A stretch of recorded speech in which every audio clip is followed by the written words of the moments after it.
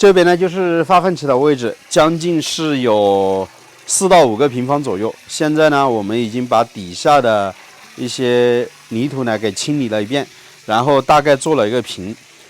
现在浇水给它浇透，等这个土质呢下沉一些，我们马上要打一层粪泥土。打好粪泥土之后，我们就要从4边开始砌砖了，把这个发粪池给做出来。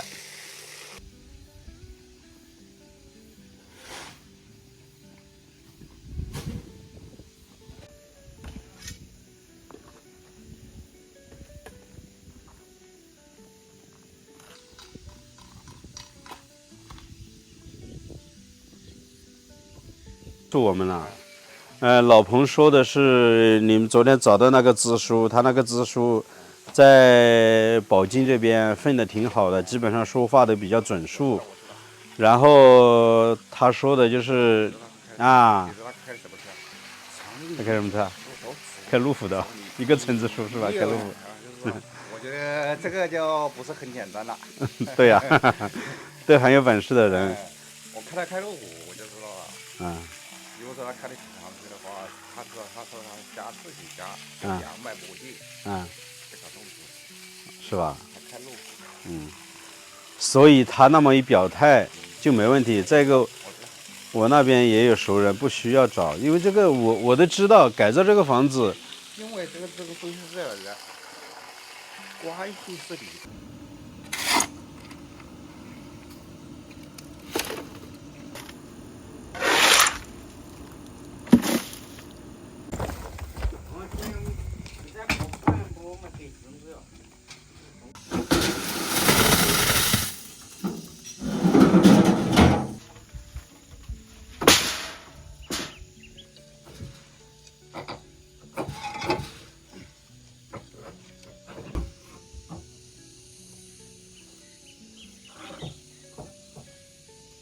去了解，从那个村支书那里去了解一下现在的这个自行车是什么样的，了解我自己心里有个底，该怎么搞。对，要慢慢的把这个关系处一下也挺好。我昨天是问了他了，我说你们就是说这个当地这个回乡创业的有个什么政策？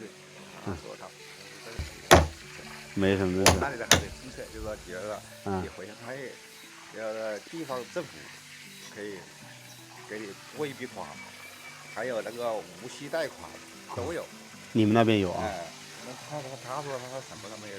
我们这边你真正做到一定的这个规模，做到一定的程度了，你也可以适当的去申请的，他都会有的。但是你要首先要做出自己要做出来一部分。我们那里就是说回乡创业，属于就是扶持你啊。扶持你。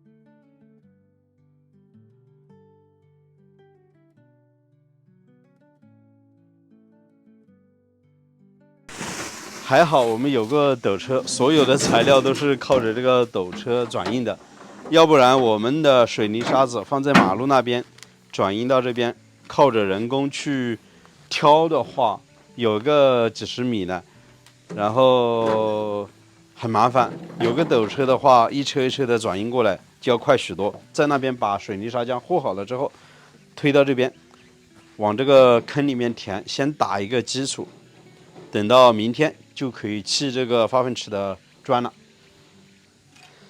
大家也可以看一下，我们这个发粪池很深的，将近是有，如果我站下去的话，最少有1.6米左右的深度，也有这么宽，不需要这么大。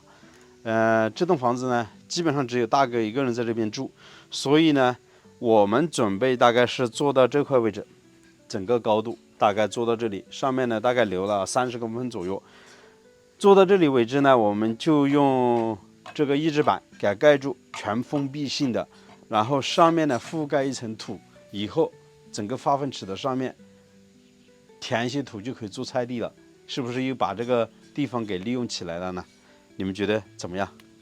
这面墙的话，基本上我们就是用来做化粪池了，就不再从这边再建一面墙了，包括前面也是一样，直接从这边砌2面墙上去，上面盖板。好，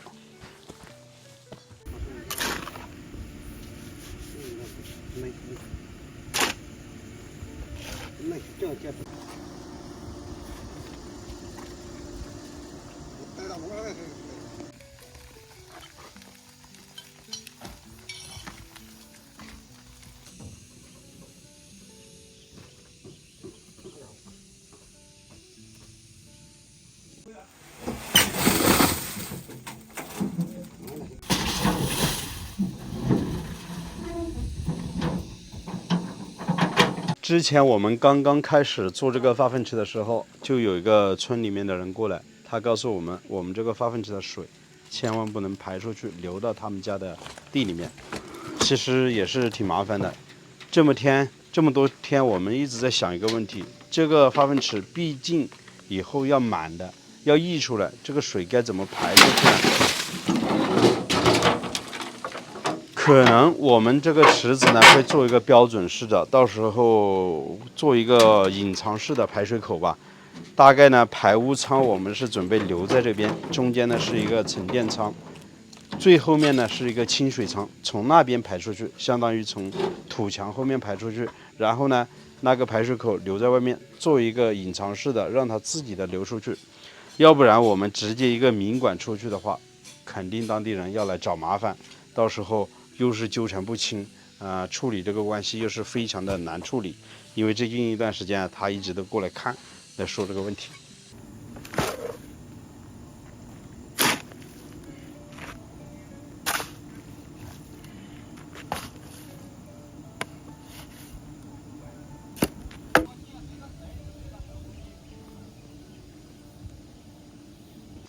好了，这期的视频呢就给大家分享到这里，我是石头，喜欢的请记得点个订阅，我们下期再见，拜拜。